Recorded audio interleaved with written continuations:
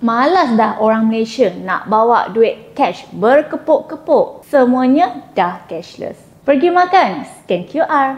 Beli barang, guna e-wallet. Duit keluar dari saving account tanpa perlu cash out. Senang kan?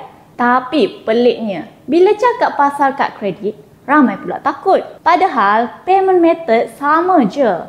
Tap, scan, swipe. Cuma beza besar kat sini adalah dengan guna duit bank dulu, bukan duit korang sendiri. Lagi best, guna kad kredit ni, korang dapat points, cashback, miles, kadang-kadang beli barang dapat extra warranty barang elektrik dan siap boleh claim travel insurance. Semua benda ni dapat free-free je bila korang gunakan kad kredit. Orang masih takut lagi sebab salah faham. Orang ingat swap kad kredit ni confirm berhutang. Padahal bila bayar full payment sebelum due date, tak ada interest langsung pun. Duit dalam akaun simpanan stay dengan selamat. Boleh rolling buat benda lain atau invest kat mana-mana. So, kepada sesiapa yang dah biasa cashless, cuba switch sikit mindset korang. Kad kredit ni sama je tapi lebih banyak benefit. Yang penting kena disiplin dan pandai gunakan alat ni. Sharekan video ni kepada kenalan. Lepas ni korang tahu nak guna payment method mana paling smart.